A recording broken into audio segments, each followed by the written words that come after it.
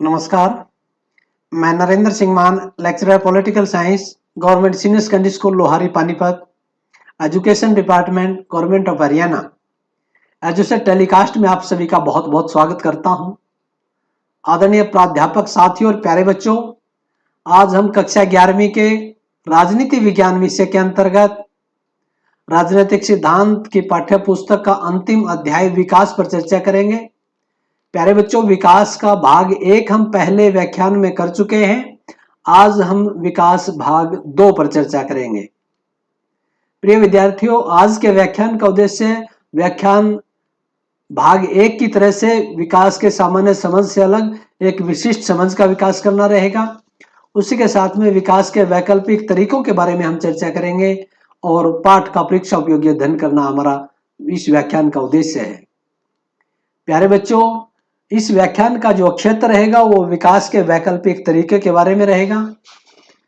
उसके बाद हम बात करेंगे moment survival of Ogoni people और विकास के जो प्रचलित मॉडल है उनकी उपलब्धि और समस्याएं क्या क्या है उन पर चर्चा करेंगे और विकास के मुख्य लक्ष्य क्या हैं और विकासशील देशों की मुख्य समस्याएं क्या क्या हैं हमारे देश के अंदर और धारणीय या पोषणकारी विकास क्या है उस पर चर्चा करेंगे। एक उदाहरण के माध्यम से समझते हैं। प्यारे बच्चों, विकास का अर्थ आदि आप पहले समझ चुके हैं पहले व्याख्यान के अंदर।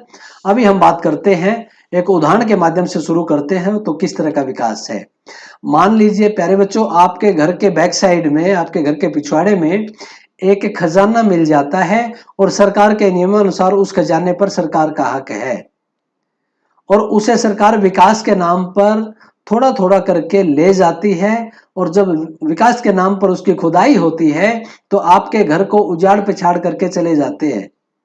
आपके घर के अंदर गंदगी भी है, आपके घर के अंदर मिट्टी भी बिखरी पड़ी है क्योंकि वहां पर खुदाई की गई है खजाने को निकालने के लिए। तो उससे फायदा किसको हुआ और नुकसान किसको हुआ? आपको उससे क्या फायदा हुआ? आपको उस खजाने में से कुछ मिला? नहीं मिला। क्यों नहीं मिला? क्योंकि सरकार के नियमानुसार उस पर सरकार का हक है, आप उस खजाने को नहीं ले सकते और उससे आपको कोई फायदा नहीं हुआ। उससे नुकसान क्या हुआ? आपके घर को उजाड़ पिछाड़ दिया, सारा खोद दिया और मिट्टी बिखरी पड़ी है, गंदगी बिखरी पड़ी है और आप जो आराम से चैन से अपने घर के अंदर रहते थे मजे से, आप तो उसमें जो है वो सारी चीजें आपकी खराब हो गई, आपको उसमें कोई लाभ नहीं हुआ। तो इसलिए उसी तरह का एक और उदाहरण लेते हैं जो आपकी किताब के अंदर भी दिया गया है। 1950 के अंदर नाइजीरिया के अंदर ओगोनी प्रांत है, उसके अंदर तेल की खोज हुई प्यारे बच्चों, और उस तेल की खोज होने से जल्दी ही वो उद्योगपतियों और राजनीतिक लोगों के बीच में एक षड्यंत्र रचा गया और उस षड्यंत्र से न केवल ओगोनी वासियों को समस्या आई बल्कि पर्यावरण की बहुत बड़ी समस्या खड़ी हुई और भ्रष्टाचार बहुत बड़े पैमाने पर इस षड्यंत्र के अंदर हुआ। तो प्यारे बच्चों, वहां पर एक व्यक्ति थे केन सारो वीवा। कौन थे? केन सारो वीवा। वो जन्म से ओगोनी वासी थे, उनका जन्म ओगोनी के अंदर ही हुआ था, उसी प्रांत के अंदर। 1980 के दशक में वो बहुत बढ़िया एक विख्यात लेखक रहे, बहुत बढ़िया पत्रकार बने और टेलीविजन निर्माता के रूप में उन्होंने अपना नाम कमाया। ओगोनी वासी कौन थे? केन सारो वीवा।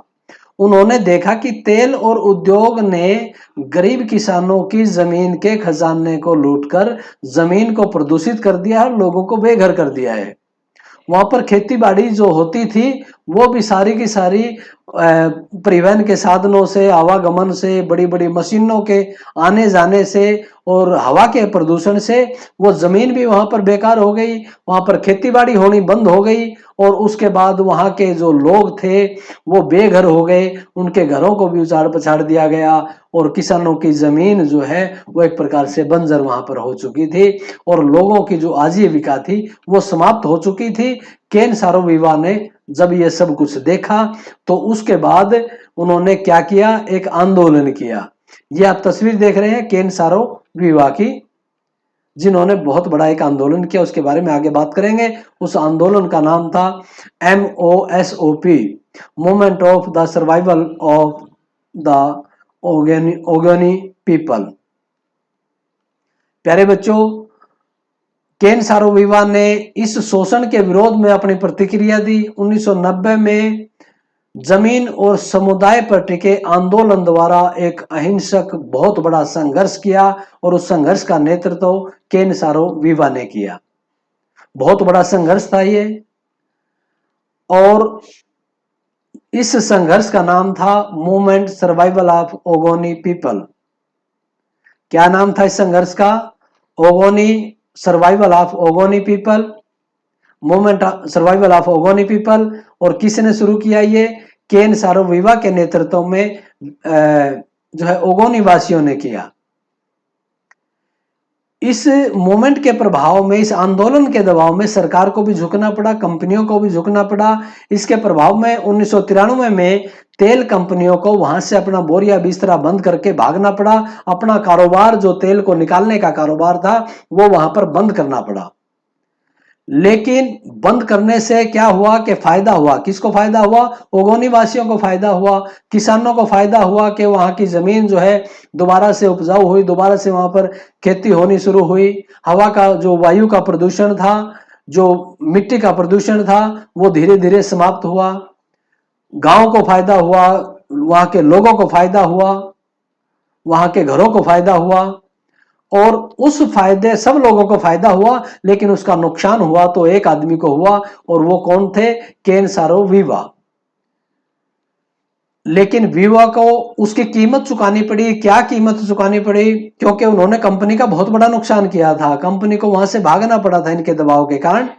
तो उन्होंने क्या किया कि सेल नामक कंपनी जो वहां से भागी थी, जिनको बहुत बड़ा नुकसान हुआ था इस आंदोलन के चलते हुए, उसने नाइजीरियाई सैनिकों द्वारा हत्या के झूठे केस के अंदर वीवो को फंसा दिया, और उसके ऊपर केस चला करके 1995 के अंदर उसको फांसी दे दी गई। इस फांसी को अंतर्राष्ट्रीय संगठन, अंतर्राष्ट्रीय संस्थाओं ने और मानवाधिकार संस्थाओं ने बहुत गलत माना, और ये आशंका जाहिर की कि ये बदले की कार्रवाई थी, और इस कंपनी ने अपने नुकसान के बदला लेने के लिए वीवो को जो है फांसी पर, झूठे केस के अंदर फंसा करके फांसी पर चढ़वा दिया। प्यारे बच्चों, ये जो है एक कहानी हमें बताती है कि किसको विकास में लाभ हुआ, किसको नुकसान हुआ। वास्तव में देश को लाभ हुआ था, राजनीतिज्ञों को भी उसमें लाभ था, उद्योगपतियों को भी लाभ था। लेकिन अगर लाभ नहीं था, किसी को नुकसान था, तो वो किसको था? वो ओगोनी वासियों का था। तो उसी तरीके से हम आगे बढ़ते हुए बात करते हैं कि ऊंची विकास दर देश की है, तो इसका मतलब क्या यह है कि उसका लाभ सबको समान रूप से मिल ही रहा है? क्या आवश्यक है कि सबको समान रूप से उसका लाभ मिल ही जाए? जी नहीं। विकास दर का सीधा मतलब यह नहीं होता कि उसका लाभ जनसंख्या के पूरे हिस्से को बराबर रूप से मिलेगा। गरीब आदमियों को, अमीर आदमियों को, शहरी को, ग्रामीण को, सभी लोगों को उसका एक समान रूप से ऊंची विकास दर का लाभ मिलेगा, यह कतई आवश्यक नहीं है। आर्थिक उन्नति बहुत आवश्यक है, देश की होनी चाहिए, लेकिन आर्थिक उन्नति के साथ साथ में एक और बहुत जरूरी होता है, और वो होता है पुनः वितरण। जो पैसे आते हैं, जो पैसे सरकार के पास आते हैं या कंपनियों के पास आते हैं, वो कंपनियां, कहीं ऐसा तो नहीं है कि आर्थिक विकास तो हो रहा है देश का, आर्थिक तरक्की हो रही है, लेकिन वो चंद लोगों के तरक्की हो रही है। अगर ऐसा है तो इसका मतलब यह है कि मुट्ठी भर लोगों के पास देश का सारा पैसा जो है वो इकट्ठा हो जाएगा। देश की तो आर्थिक उन्नति दिखाई देगी, आंकड़े बहुत ज्यादा बढ़ेंगे, लेकिन देश के जो वासी हैं, अधिकतर जनसंख्या उसमें लाभान्वित नहीं होगी। अधिकतर जनसंख्या को लाभान्वित करने के लिए प्रत्येक व्यक्ति तक उस आर्थिक वृद्धि विकास दर का लाभ देने के लिए हमें क्या करना होगा? सरकार को हस्तक्षेप करना होगा, और जिन व्यक्तियों के पास ज्यादा पूंजी इकट्ठी हो रही है, जो ज्यादा धन संपत्ति इकट्ठी कर रहे हैं, कमा रहे हैं, उनसे सरकार को टैक्स का ज्यादा हिस्सा अपने पास लेना होगा, और टैक्स का जो हिस्सा सरकार लेगी, उस अधिकतर टैक्स का जो लाभ है वो गरीब व्यक्तियों तक पहुंचे, उसका पुनर्वितरण हो, समाज के प्रत्येक हिस्से तक उसका वितरण होना चाहिए, उसका बंटवारा होना चाहिए उस पैसे का। केवल चंद मुट्ठी भर लोगों के पास ही पैसा इकट्ठा ना हो, उस पैसे को सरकार लेकर के गरीबों तक पहुंचाए, उसको गरीब को भी उस बंटवारे का हिस्सा मिले। तो इस तरह का पुनः वितरण होगा संपत्ति का, आर्थिक विकास का, आर्थिक उन्नति का, तभी जाकर के उसका लाभ जो है सभी तक पहुंच पाएगा। लोगों के जीवन की गुणवत्ता में वृद्धि तभी होगी जब पुनः वितरण होगा संपत्ति का। प्यारे बच्चों, यूएनडीपी जो यूनाइटेड नेशन डेवलपमेंट प्रोग्राम है, संयुक्त राष्ट्र संघ का संयुक्त राष्ट्र विकास कार्यक्रम है, उसने एक बहुत अच्छी परिभाषा दी है, बहुत अच्छा एक उल्लेख किया है कि किस तरह से विकास का क्या अर्थ होना चाहिए। विकास के दो अर्थ हो सकते हैं प्यारे बच्चों, एक देश का विकास, देश की आर्थिक तरक्की, देश की आर्थिक वृद्धि दर, और एक हो सकता है देशवासियों का आर्थिक विकास, देशवासियों की आर्थिक वृद्धि, देशवासियों को संसाधनों का लाभ ज्यादा से ज्यादा मिले, देशवासियों की साक्षरता, शैक्षणिक विकास हो, उनकी मातृ मृत्यु दर कम हो, रोटी कपड़ा घर की आपूर्ति, बिजली सड़क पानी वो उन तक पहुंच हो। तो इसलिए देश को फायदा हो, देश का आर्थिक विकास हो, अच्छी बात है, लेकिन उस देश के आर्थिक विकास के अंदर देशवासियों का भी आर्थिक विकास होना चाहिए, देशवासियों की भी मूलभूत जरूरतें पूरी होनी चाहिए, और वो देशवासियों की मूलभूत जरूरतें पूरी हो रही हैं तो वास्तव में हम उसको विकास कह सकते हैं। तो यूएनडीपी जो अपना प्रतिवेदन प्रकाशित करती है प्रत्येक वर्ष, उसमें वो साक्षरता को देखती है, जनता कितनी साक्षर हुई है, पढ़े लिखे कितने हैं जनसंख्या के अंदर, शैक्षणिक स्तर कितना है, किस लेवल तक पढ़े हैं, उनकी जो है जीवन की जो न्यूनतम आयु दर है वो कितनी है, कितनी बड़ी है, संभावित मातृ मृत्यु दर कितनी कम हुई है, रोटी सबको भोजन पर्याप्त मात्रा में पोषक तत्वों के साथ उपलब्ध हो रहा है या नहीं हो रहा है, कपड़ा, घर की पूर्ति, बिजली, सड़क, पानी, ये सब जो है इसकी पहुंच सभी लोगों की पहुंच में है अथवा नहीं है, ये सब जो है यूएनडीपी अध्ययन करती है और उसकी रिपोर्ट देती है। उसके आधार पर हम कह सकते हैं कि किसी देश के वासी, किसी देश की जनता कितनी सुखी है और किसी देश की जनता जो है कितने कष्ट में है। इससे यूएनडीपी की रिपोर्ट से हमें पता चलता है कि देश का विकास हो रहा है, आर्थिक विकास वृद्धि दर बहुत ऊंची है, क्या वास्तव में उसका लाभ सभी तक पहुंच रहा है, जनसंख्या के अधिकतर हिस्से तक उसका लाभ पहुंच रहा है, ये यूएनडीपी की रिपोर्ट के अंदर स्पष्ट होता है। और ये स्पष्ट रूप से हम कह सकते हैं कि ऊंची विकास दर का मतलब ये नहीं होता है कि सबका विकास हो रहा हो, उसका लाभ सब व्यक्तियों तक समान रूप से पहुंच ही रहा हो। तो प्यारे बच्चों, विकास के विभिन्न पक्ष होते हैं, उनके बारे में चर्चा करते हैं। एक पक्ष होता है सामाजिक विकास। सामाजिक विकास हम सामाजिक रूढ़िवादिता, ढोंग पाखंड, अंधविश्वास से दूर, सामाजिक विविधता और सामाजिक तनाव से दूर एक ऐसे समाज का विकास करना जिसमें किसी प्रकार का ऊंच नीच ना हो, जो तर्कसंगत समाज हो, भाईचारे पर आधारित हो, सभी एक समान लोग रहते हो, किसी भी प्रकार के जाति पाति के आधार पर, धर्म के आधार पर जिस समाज के अंदर भेदभाव न किया जाए, पूरा समाज भाईचारे पर, प्रेम पर आधारित हो, सौहार्दपूर्ण माहौल में रहता हो, उस तरह के विकास को, सामाजिक विकास को हम विकास कह सकते हैं, वो समाज का विकास है। प्यारे बच्चों, राजनीतिक विकास के अंतर्गत हम लेते हैं राजनीतिक सहभागिता, राजनीतिक समस्याओं का हल, राजनीतिक षड्यंत्र या राजनीतिक भ्रष्टाचार से दूर, राजनीतिक भेदभाव से दूर, एक ऐसी राजनीति जिसके अंदर सभी की सहभागिता हो, अधिकतर जनता राजनीति के अंदर रुचि लेती हो और अधिकतर जनता की नजर में राजनीति एक बहुत अच्छा व्यवसाय हो, एक बहुत अच्छा समाज सेवा का जो है समाज सेवा हो, उसको हम राजनीति मानते हैं। जनता को राजनीति में बहुत विश्वास है, राजनीतिज्ञों में विश्वास है और राजनीति में वो सहभागिता करती है, राजनीतिक मुद्दों पर वो चर्चा करती है, तो इसका मतलब वहां पर राजनीतिक विकास हो चुका है और उसको हम राजनीतिक विकास कहेंगे। और आर्थिक विकास के अंदर आर्थिक वृद्धि दर कितनी है और उस आर्थिक वृद्धि दर का पुनः वितरण हुआ है कि नहीं हुआ है, गरीब आदमियों तक वो आर्थिक वृद्धि दर कितनी पहुंच रही है, कितना लाभ मिल रहा है, वो विकास का आर्थिक पक्ष है, आर्थिक विकास हम उसको कह सकते हैं। अभी प्यारे बच्चों, विकास के मॉडल के बारे में हम चर्चा करते हैं। कौन कौन से मॉडल होते हैं?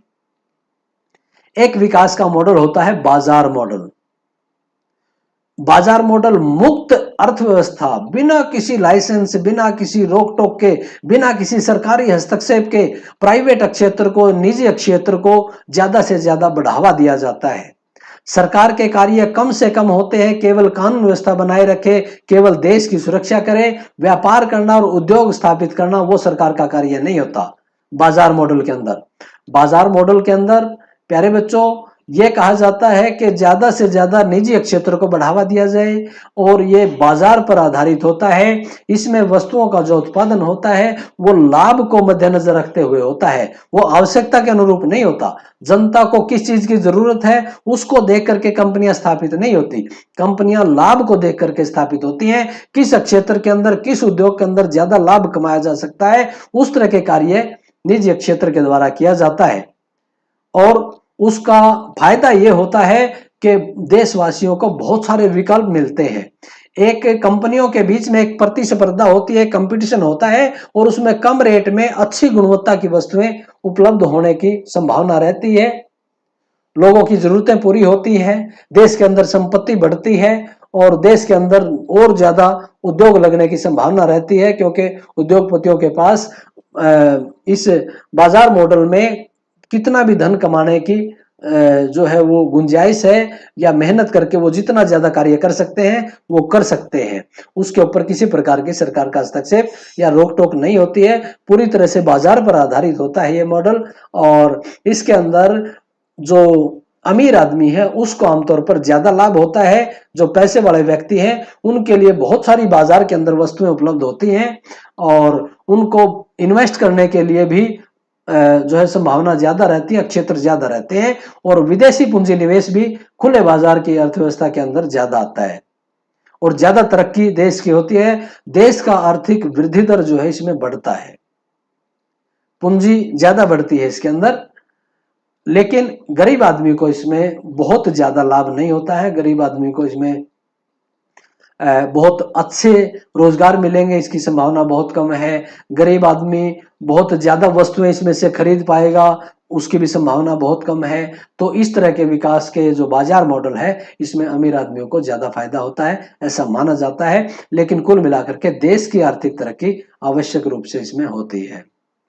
प्यारे बच्चों, एक विकास का कल्याणकारी राज्य मॉडल होता है। कल्याणकारी राज्य मॉडल के अंदर जो बाजार मॉडल है ठीक इसके विपरीत ये कल्याणकारी राज्य मॉडल होता है। बाजार मॉडल के अंदर व्यक्ति अपनी मर्जी से रहते हैं, अपनी मर्जी से वो सारा कार्य करते हैं, सरकार किसी को कोई मदद नहीं करती, सरकार किसी कार्य में हस्तक्षेप नहीं करती है बाजार मॉडल के अंदर। जबकि कल्याणकारी राज्य मॉडल के अंदर सरकार लोगों की भलाई के लिए, लोगों के कल्याण के लिए, समाज के कल्याण के लिए, वृद्धों के कल्याण के लिए, अपंग दिव्यांगों के जो है कल्याण के लिए बहुत सारी योजनाएं लेकर के आती है। बच्चों की पढ़ाई के लिए, एजुकेशन के लिए पॉलिसी बनाती है और उसके लिए खर्चा करती है, योजनाएं बनाती है, स्वास्थ्य के लिए योजनाएं बनाती है। तो विकास की बहुत सारी योजनाएं विकास के कल्याणकारी राज्य मॉडल के अंदर सरकार के द्वारा बनाई जाती हैं। उसको जो लोगों के कल्याण के लिए योजनाएं बनाए और उसके लिए कार्य करे उसको हम विकास का कल्याणकारी राज्य मॉडल कह सकते हैं। ऐसा राज्य जो लोगों के विशेष कष्ट में या दुख में या वृद्ध अवस्था में या बचपन में या गरीबी में सरकार जो है लोगों की मदद करे, उस तरह के राज्य को, उस तरह की सरकार को हम कल्याणकारी राज्य, कल्याणकारी सरकार कह सकते हैं। प्यारे बच्चों, एक विकास का समाजवादी मॉडल होता है। समाजवादी मॉडल के अंदर पूंजीवादी मॉडल के ठीक विपरीत जो संसाधन होते हैं उन पर सरकार का स्वामित्व होता है। सरकार के द्वारा सभी उद्योग स्थापित किए जाते हैं और हर कार्य में सरकार का हस्तक्षेप होता है। सरकार ही वहां पर जो है हर प्रकार के समस्याओं का समाधान करने का एक जरिया होता है और निजी पूंजी पर इसमें प्रतिबंध लगाया जाता है। किसी प्रकार की निजी पूंजी समाजवादी मॉडल के अंदर नहीं रखी जाती। सबकी सभी आवश्यकताएं पूरी होती है और पूरी करने की जिम्मेदारी सरकार की होती है। रोजगार देना है, पढ़ाई की व्यवस्था करनी है, स्वास्थ्य सुविधाएं देनी है, सारी चीजें सरकार के द्वारा की जाती है समाजवादी मॉडल के अंदर। और विकास और जो परियोजनाएं हैं सबके ऊपर सरकार का नियंत्रण रहता है। एक होता है प्यारे बच्चों क्रांतिकारी समाजवाद, जो कार्ल मार्क्स के सिद्धांत पर, लेनिन के सिद्धांत पर आधारित है। क्रांतिकारी समाजवाद, इसके अंदर जो सर्वहारा वर्ग है, जो गरीब व्यक्ति है, जो मजदूर व्यक्ति है, वो पूंजीपतियों के ऊपर, उद्योगों के ऊपर अपना कब्जा स्थापित करते हैं जबरदस्ती तरीके से, और उनके ऊपर कब्जा करने के बाद एक ऐसे समाज की स्थापना करेंगे जिसके अंदर सबको बराबर हिस्सा मिले, और धीरे धीरे पूरी तरह से वर्ग विहीन समाज की कल्पना क्रांतिकारी समाजवाद के अंदर की जाती है कि एक ऐसा समाज हो जिसके अंदर किसी भी प्रकार का अमीर गरीब नाम के शब्द के लिए कोई स्थान ना हो। प्यारे बच्चों क्रमिक विकास अथवा लोकतांत्रिक समाजवाद, एक समाजवाद क्रांतिकारी समाजवाद से अलग लोकतांत्रिक समाजवाद होता है। समाजवाद तो है लोगों की भलाई के लिए, लोगों के रोजगार के लिए बहुत सारे कार्य सरकार के द्वारा किए जाते हैं, लेकिन जो सरकार बनती है वो तानाशाही तरीके से नहीं बनती, वो किसी क्रांति से नहीं बनती, वो लोगों की वोटों के माध्यम से सरकार बनती है और लोकतांत्रिक तरीके से सरकार बनती है। और लोकतांत्रिक तरीके से सरकार बनने के बाद वो समाज की भलाई के लिए विभिन्न प्रकार की योजनाएं बनाती है और उनको लागू करती है। जिस तरह से भारत के अंदर लोकतांत्रिक समाजवाद के पक्ष में जो है हमने बहुत सारी योजनाएं बनाई और लोकतांत्रिक समाजवाद के लिए हमने बहुत सारे कार्य भारत के अंदर किए। तो इसलिए क्योंकि यहाँ पर वोटों के माध्यम से जनता की जो सहमति से सरकार की स्थापना होती थी, सरकार बनती थी, और वो सरकार लोगों की भलाई के लिए, लोगों के कल्याण के लिए समाजवादी मॉडल को अपनाते हुए कार्य करती थी। क्योंकि हमारे जो शुरू के राजनीतिज्ञ थे स्वतंत्रता प्राप्ति के बाद, उनका झुकाव समाजवाद की तरफ था। एक विकास का प्यारे बच्चों गांधीवादी मॉडल होता है। गांधीवादी मॉडल कोई इस तरह का मॉडल नहीं है जिस तरह के ऊपर के बाजार मॉडल या समाजवादी मॉडल की हमने बात की, बल्कि गांधी जी के विचारधारा और उनकी जीवन शैली पर आधारित मॉडल है ये गांधीवादी मॉडल। और महात्मा गांधी जी के विचार थे कि प्रत्येक गांव स्वावलंबी बने, प्रत्येक गांव खुशहाल बने, प्रत्येक गांव के अंदर लघु उद्योग, कुटीर उद्योगों की स्थापना हो, प्रत्येक गांव जो है एक पूरी तरह से आत्मनिर्भर बने, इस तरह का विकास हो। और इस तरह के विकास के लिए सरकारें गांव की मदद करें। तो इस तरह का मॉडल जिसके अंदर सबकी सहभागिता हो, गरीब से गरीब आदमी के लिए योजनाएं बनाए। गांधी जी के अनुसार जब भी सरकार योजना बनाए तो सरकार जो है उस अपने गरीब से गरीब आदमी को मद्देनजर रखते हुए अपनी योजनाएं तैयार करे, अपनी योजनाएं बनाए, तो उससे गरीब से गरीब आदमी को लाभ होगा। तो उस तरह की योजनाएं बनाए जो ना पर्यावरण को नुकसान पहुंचाए, ना किसी व्यक्ति को नुकसान पहुंचाए, बल्कि गरीब आदमियों को ज्यादा से ज्यादा लाभ हो, उस और गांव के व्यक्तियों को विशेष तौर पर लाभ हो, गांव को लाभ हो, इस तरह की योजनाएं बनाए विकास की, तो उसको गांधीवादी मॉडल विकास का कहा जाता है। प्यारे बच्चों अब सबसे अच्छा विकास का जो मॉडल है उसके बारे में बात करते हैं, और वो मॉडल है पोषणकारी विकास। इसको धारणीय विकास भी कहा जाता है। धारणीय या पोषणकारी विकास का अर्थ है कि विकास की वह प्रक्रिया जो भावी पीढ़ी की आवश्यकताओं को पूरा करने की योग्यता को बिना किसी प्रकार का नुकसान पहुंचाए, हानि पहुंचाए, वर्तमान पीढ़ी की आवश्यकताओं को पूरा करती हो। ऐसा विकास जो आने वाली पीढ़ी के लिए हवा, पानी, मिट्टी को खराब भी ना करे और अब की जो पीढ़ी है उसकी जरूरतों को भी पूरा करे। विकास तो हमें करना होगा, हमें खेती बाड़ी करनी होगी, हमें फसल उगानी होगी, हमें ज्यादा फसल उगानी होगी, हमें भूख से भी लड़ना है, हमें जो है अपनी जरूरतें पूरी करनी है, लेकिन वो सारी जरूरतें ऐसे पूरी करें कि आने वाली पीढ़ी को किसी प्रकार का नुकसान ना हो। उसको हम पोषणकारी विकास कहते हैं।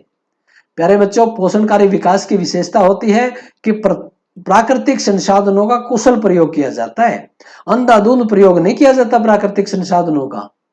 कुशलता पूर्वक प्रयोग किया जाता है, बहुत सोच समझ करके, विचार करके, योजना बना करके, चिंतन करके, और तब जाकर के इस तरह का जो है कार्य किया जाता है जिससे आने वाली पीढ़ी को किसी प्रकार का नुकसान ना पहुंचे। संसाधनों को नष्ट नहीं करना है, कुशलता पूर्वक उनका प्रयोग करना है, भावी पीढ़ी की जीवन की गुणवत्ता में किसी प्रकार की कमी ना हो। उसके साथ साथ में प्रदूषण में किसी प्रकार की वृद्धि नहीं होनी चाहिए। अगर हम विकास करें तो इस बात का ध्यान रखें तो उससे कहीं प्रदूषण तो नहीं फैल रहा है। आर्थिक विकास को सीमित नहीं करता पोषणकारी विकास, आर्थिक विकास को बढ़ाता है। यह नहीं है कि प्रदूषण हो रहा है और उसके कारण सारी की सारी हमें विकास की गतिविधियों को पर रोक लगा दी जाए, ऐसा नहीं है। विकास कीजिए, लेकिन प्रदूषण को फैलाने का जो तरीका है उन पर किसी प्रकार की रोक लग करके कोई अन्य तरीका अपनाया जाए, जिस तरीके से उत्पादन भी हो, विकास भी हो, आर्थिक विकास भी हो, लेकिन किसी प्रकार का प्रदूषण को नुकसान भी ना हो, वितरण संबंधी क्षमता हो, इस तरह का विकास को हम पोषणकारी विकास कह सकते हैं। ये पोषणकारी विकास की कुछ विशेषताएं हैं। पूंजी की 3 किस्में हैं, तीनों किस्मों का संरक्षण होना चाहिए। कौन कौन सी किस्म है? एक तो मानवीय पूंजी होती है जो मनुष्य होते हैं, एक भौतिक पूंजी होती है जिनका हम उपभोग करते हैं, अपने लाभ के लिए प्रयोग करते हैं, और एक प्राकृतिक पूंजी होती है जो प्राकृतिक संसाधन है। तीनों प्रकार की पूंजियों का संरक्षण होना चाहिए, उनका अंधाधुंध दोहन नहीं होना चाहिए।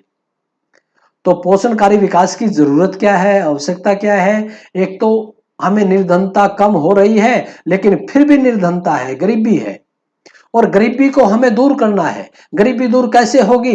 विकास करने से होगी। और विकास पुराने तरीके से अगर हम करेंगे, परंपरागत तरीके से हमें विकास करेंगे, तो उसमें आने वाली पीढ़ी के लिए हम बहुत बड़ा विनाश करके जाएंगे। तो उस प्रकार का आने वाली पीढ़ी के संसाधनों का दोहन करके हम विकास करें, वो विकास हमें मंजूर नहीं है। हमें कौन सा विकास चाहिए? पोषणकारी विकास चाहिए। और पोषणकारी विकास के अंदर जो है निर्धनता भी हमें कम करनी है, अर्थात हमें विकास करना होगा, लेकिन वो पोषणकारी विकास करना होगा। संघर्ष और असमानता बढ़ रही है प्यारे बच्चों, समाज के अंदर, देश के अंदर और विभिन्न देशों के अंदर भी। आप जगह जगह पर देखते होंगे तरह तरह का संघर्ष हो रहा है, असमानताएं बढ़ रही है, गरीब और अमीर के बीच में असमानताएं बढ़ रही हैं, समाज के अंदर असमानताएं बढ़ रही हैं, विभिन्न देशों के अंदर असमानताएं बढ़ रही हैं। हर प्रकार की असमानता को हमें दूर करना होगा, हर प्रकार के संघर्ष को हमें मिटाना होगा। किस तरीके से समानता की स्थापना हो सकती है, किस तरह से संघर्ष दूर हो सकते हैं? संघर्ष होंगे क्योंकि कोई बहुत बड़ी परियोजना आएगी, बहुत बड़ी परियोजना के लिए किसानों के खेत लिए जाएंगे, लोगों के घरों को उजाड़ा जाएगा, उनको जो है विस्थापित किया जाएगा, और जब विस्थापित होंगे तो वो संघर्ष करेंगे, वो आंदोलन करेंगे, और वो आंदोलन करेंगे तो उस आंदोलन से निपटने के लिए हमें क्या करना होगा? पोषणकारी विकास करना होगा। कुछ विकास की इस तरह की योजना बनानी होगी कि किसी को भी उसका नुकसान ना हो, किसी को भी संघर्ष करने, आंदोलन करने की जरूरत ना हो और असमानता ना बढ़े। इस तरह से पोषणकारी विकास हमारे लिए उपयुक्त स्थापित हो सकता है, उपयोगी हो सकता है। प्यारे बच्चों, विनाशकारी वायु प्रदूषण हो रहा है, बहुत ज्यादा वायु प्रदूषण हो रहा है, सांस लेना हमारे लिए बहुत मुश्किल है, और इस तरह का वायु प्रदूषण होगा तो हम जो है बहुत लंबे टाइम तक जीवित नहीं रह पाते। और प्यारे बच्चों, हम तो जीवित नहीं रह पाएंगे, थोड़े हमारी उम्र जो है वो जितनी हमें हमारी एज है उससे 4-5 साल हमारी उम्र कम हो जाएगी प्रदूषण के कारण। मुझे घटना याद है, जब बराक ओबामा जी दिल्ली में आए थे तो उनका यह विश्लेषण आया कि भारत के अंदर उनका एक दिन रहने से 7 मिनट उनकी आयु कम हो चुकी है। उस हिसाब से देखें तो वायु प्रदूषण हमारे जीवन को बहुत कम करती है, हमारी लाइफ को। तो इसलिए विनाशकारी जो वायु प्रदूषण है वो बहुत खतरनाक है।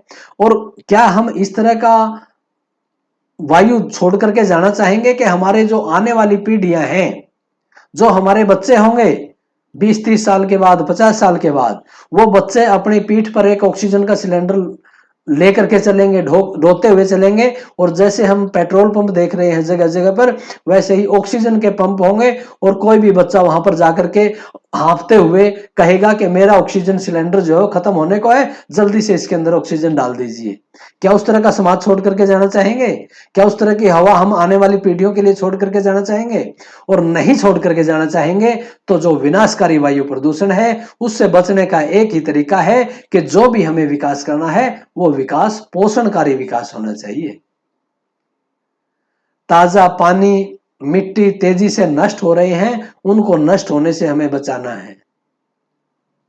पानी भी नष्ट हो रहा है, ग्लेशियर पिघल रहे हैं और जो है गंदा पानी बहुत ज्यादा बढ़ रहा है। कई बार इस तरह का भी देखने को मिलता है कि बहुत बड़े बड़े उद्योग जो है वो पानी का यूज करते हैं, उसके अंदर केमिकल मिलाते हैं और उस केमिकल के पानी को बाहर रिसाइकलिंग करने की अपेक्षा वो जमीन के अंदर जो है बोरिंग करके जमीन के अंदर उस पानी को छोड़ देते हैं। और आप कल्पना कर सकते हैं कि उसी पानी को हम निकाल करके ताजा पानी समझ करके पीते हैं, उससे तरह तरह के कैंसर और दूसरे तरह की बीमारियां, बहुत ज्यादा बीमारियां मनुष्यों के अंदर आजकल बढ़ रही हैं। उसका सबसे बड़ा कारण गंदी हवा और गंदा पानी है, जो केमिकल युक्त पानी है, जो जमीन के नीचे से हम निकाल करके पीते हैं।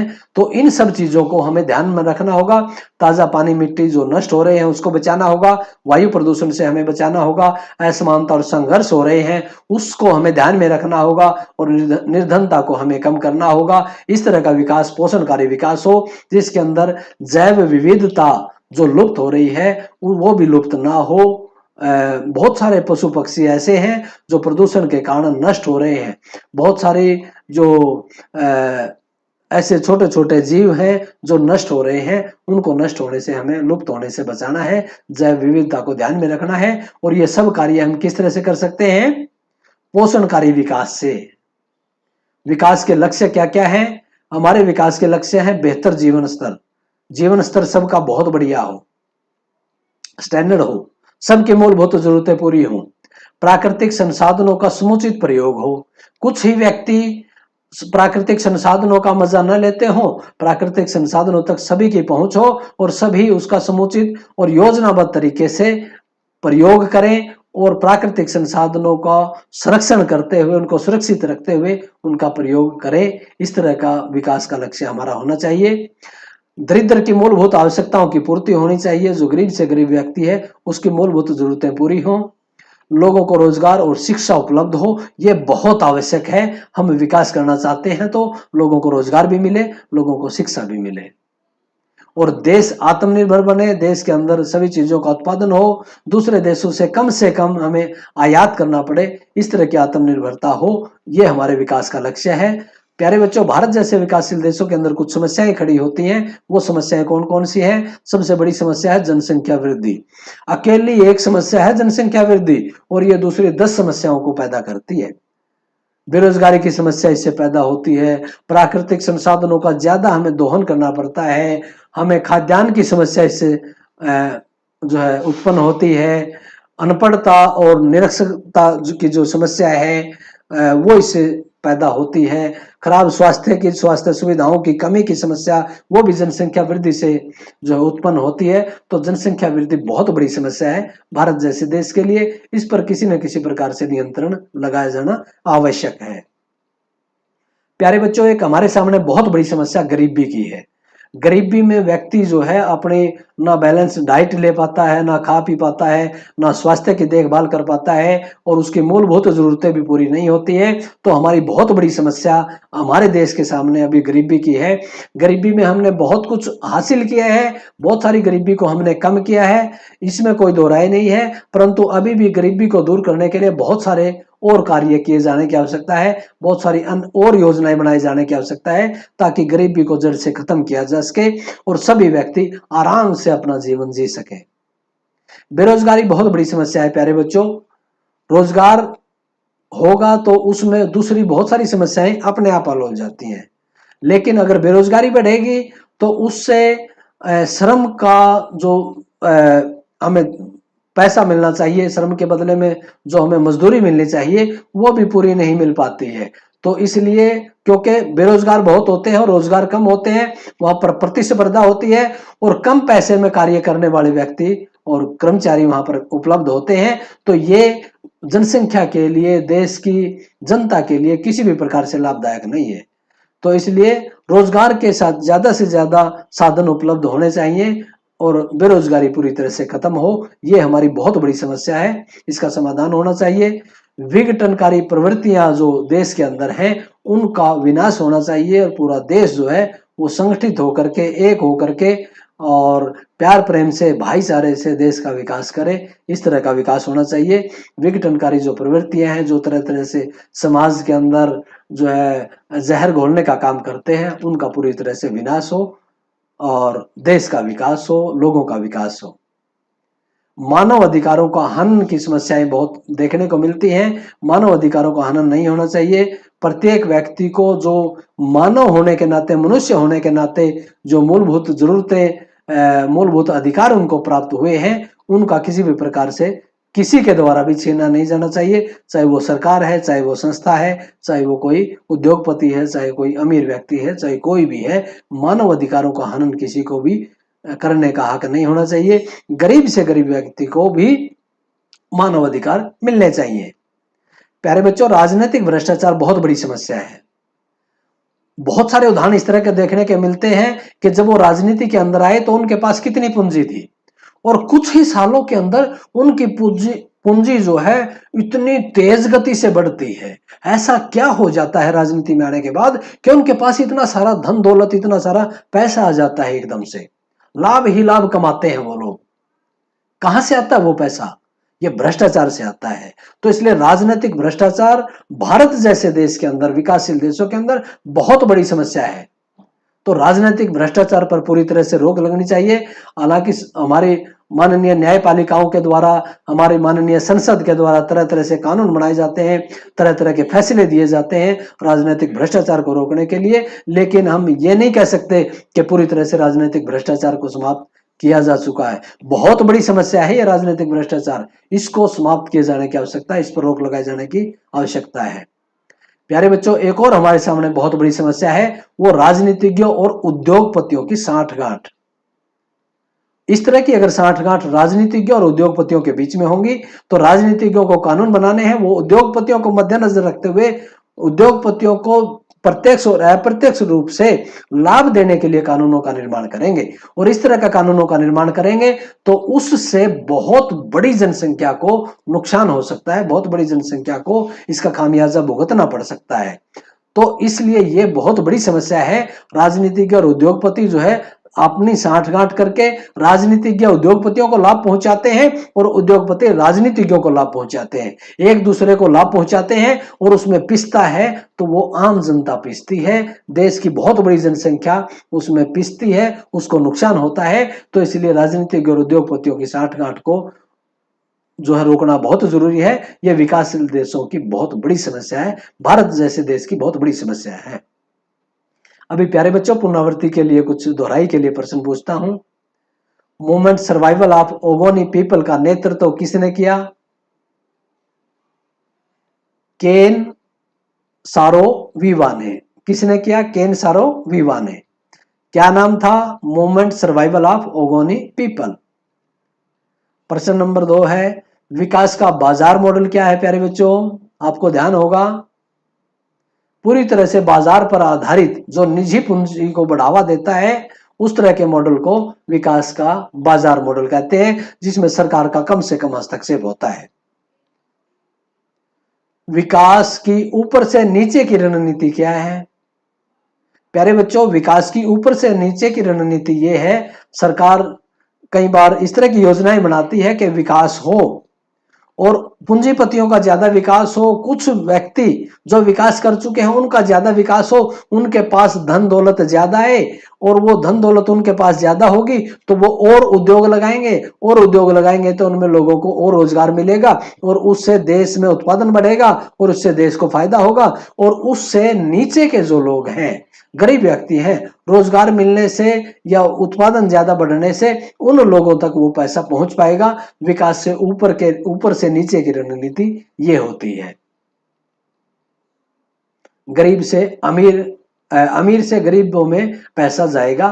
अमीर के पास ज्यादा पैसा होगा तो वो रोजगार के नए साधन खड़ा करेगा, वो नए उद्योग लगाएगा और उससे धीरे धीरे रिस्क करके छलनी में से वो नीचे तक पैसा आएगा, गरीब आदमी तक उस पैसे की पहुंच होगी।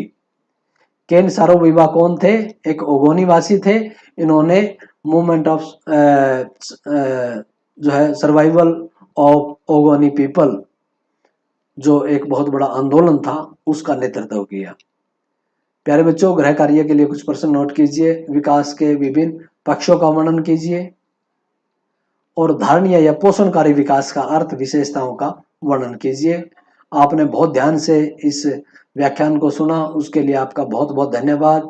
और मुझे उम्मीद है कि विकास का जो पूरा 2 व्याख्यान के अंदर हमने इसको पूरा किया, वो आप सही से समझ में आया होगा और आने वाले समय में आप पोषणकारी या धारणीय जो विकास है, जो ऐसा विकास है कि आने वाली पीढ़ी को उससे किसी प्रकार का नुकसान नहीं होगा, उस तरह के विकास का आप समर्थन करेंगे।